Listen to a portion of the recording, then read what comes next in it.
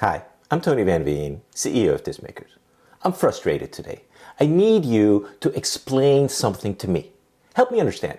Why is it that independent artists won't invest any money in marketing their music and themselves, and then complain that they don't get any streams or make any money?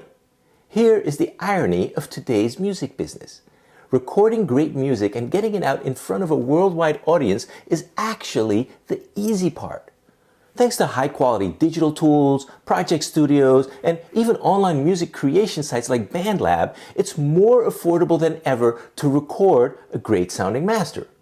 There's also all sorts of songwriting software and tools and coaches out there with free content even on YouTube that will help you craft a better song.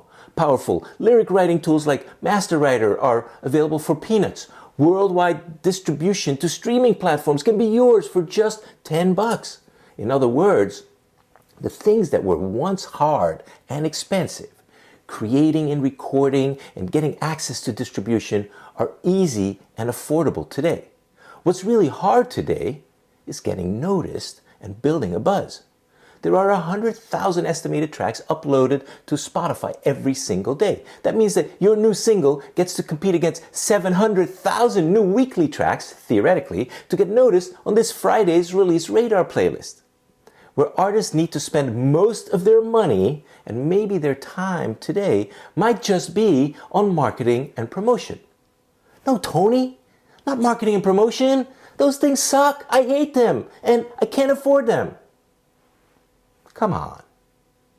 This whole thing became really striking to me a couple of years ago when we at Dismakers launched a simple, affordable artist marketing service called Ads for Artists. You may remember it.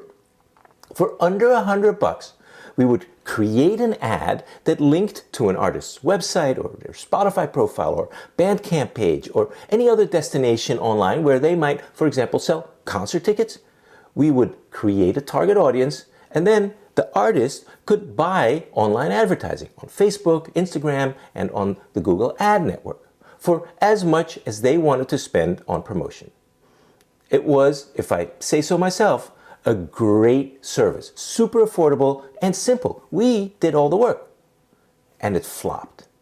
Artists were just not willing to spend money on marketing. So after trying unsuccessfully for a couple of years to grow the service and to offer value to artists, we decided to just shut it down and refocus our attention on making great records and CDs.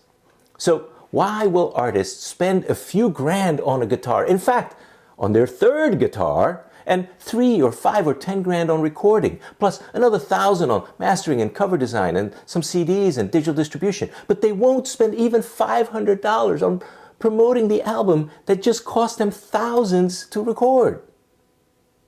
I have a theory. Here it is. Artists will spend the money they feel they need to spend, but not the money they need to spend if it doesn't feel good. What do I mean by that? Well, let me go back in time. Back in the day, I'm talking the dinosaur days of the 90s here. The minimum price to get your music out in the market was $3,000. That's what 1,000 vinyl records cost back then. So artists did what it took to get their music out. They saved up, worked a second job, borrowed the money, robbed a McDonald's to come up with the 3 grand because they needed to spend that and the album felt good.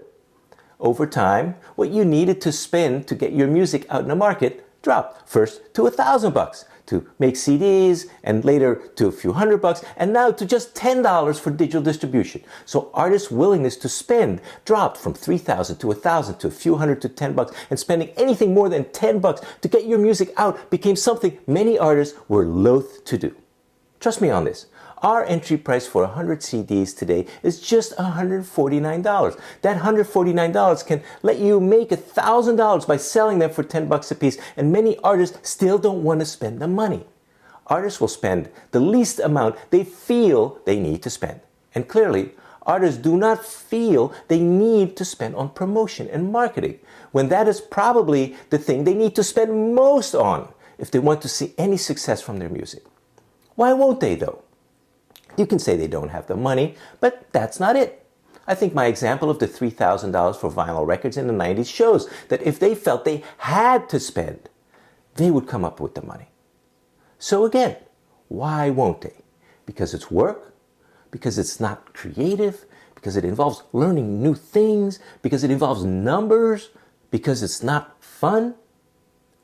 People, sometimes when we have a goal, we have to do things that are not fun in order to get there. If you want to make it with your music, you've got to treat it like a job, even after your day job. And a job is not always fun. So how much should you spend on marketing as an artist? I asked my friend Brian Calhoun this some time ago. He works for a company that manages big artists like Lil Wayne and Nicki Minaj, so he knows a thing or two about helping artists be successful. He told me his guideline is that you should spend the same on promotion and marketing that you spent on creating the album. So, figure out, what did it cost you for recording, mixing, mastering, design, CDs, distribution, then spend that amount on marketing. Sound like a lot of money? Probably. But listen, music listeners don't know you right now. You need to invest in getting your music in front of unsuspecting listeners. And look, I realize there's budget realities. Spending $5,000 or $3,000 on promo may be unrealistic. Probably is. But there were so many Disc Makers customers who wouldn't even spend $400 on an Ads for Artists campaign. Heck, how many artists don't even spend $25 to boost their social posts about their new album? They just spend zero. And it's not just about spending. Part of it is money. But there's a lot of marketing and promo work that you can do that is free or almost free. But the operative word here, again, is work. It takes time to learn to use the tools to set up campaigns, create posts, track results. So why? Why won't artists do the promo needed to grow their fan base? Is it dedication, budget, commitment, or maybe just a lack of awareness? And if it's any of those, how do we collectively get artists to overcome these obstacles so they can be much more successful with their music than they are today? I don't have the answer to these thorny questions, but I would love to hear from you what you think. Why artists won't do adequate marketing, and how can we help them change this paradigm? Let me know your thoughts. Please leave a comment below this video. I read every one and I reply to many. Maybe with our collective wisdom, we can start to make a bit of a difference. Let's get a dialogue started.